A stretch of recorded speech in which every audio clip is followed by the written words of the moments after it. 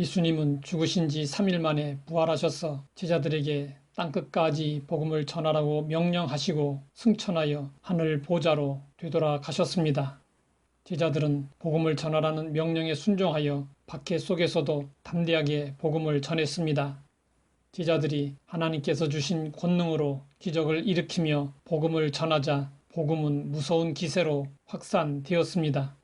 그러자 유대 종교 지도자들은 마음에 시기가 가득하여 사도들을 잡아 옥에 가두었습니다.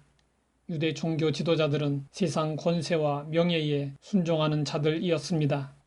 세상 권세와 명예에 순종하는 자들이 하나님께 순종하는 자들을 박해했습니다. 하나님은 밤에 주의 사자를 보내어 옥문을 열고 갇혀있던 제자들을 풀어주었습니다. 그리고 성전에 서서 백성들에게 생명의 말씀을 전하라고 명령하셨습니다.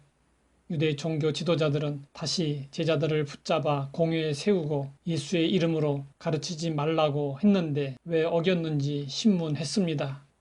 그러자 베드로를 위시한 제자들은 간단 명료하게 대답했습니다. 사람보다 하나님께 순종하는 것이 마땅하니라.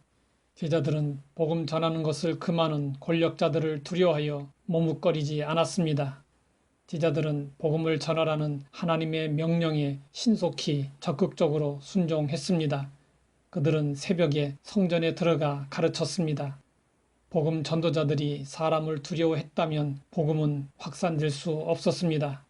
초대교회 이후로 지금까지 복음은 사람을 두려워하지 않고 하나님의 말씀에 순종한 사람들을 통해 전해졌습니다.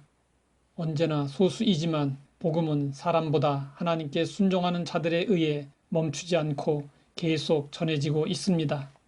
하나님이 우리에게 원하시는 것은 순종입니다.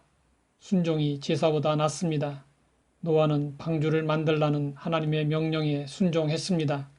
순종함으로 홍수 심판을 면할 수 있었습니다.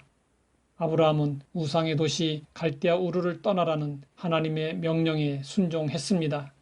이삭을 번제로 바치라는 하나님의 명령에 즉시 무조건 순종했습니다. 아브라함은 순종으로 큰 민족을 이루고 복의 통로가 되었습니다. 이스라엘 자손들은 여리고성을 돌라는 하나님의 명령에 순종했습니다. 그러자 이스라엘 자손들의 함성 소리에 여리고성이 무너져 내렸습니다. 나병 환자 나아만은 요단강에 몸을 7번 씻으라는 엘리사의 처방전에 순종함으로 나병을 고칠 수 있었습니다. 베드로는 예수님이 깊은 데로 가서 그물을 내려 고기를 잡으라고 하시자 그 말씀에 의지하여 순종했습니다. 그 결과 베드로는 그물이 찢어질 정도로 많은 고기를 잡았습니다.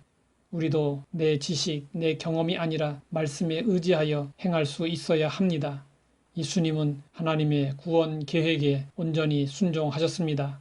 아무 죄도 없으시면서 우리 죄를 위하여 십자가에 못 박히셨습니다. 예수님이 죽기까지 순종하시자 하나님은 예수님을 다시 살리셨습니다.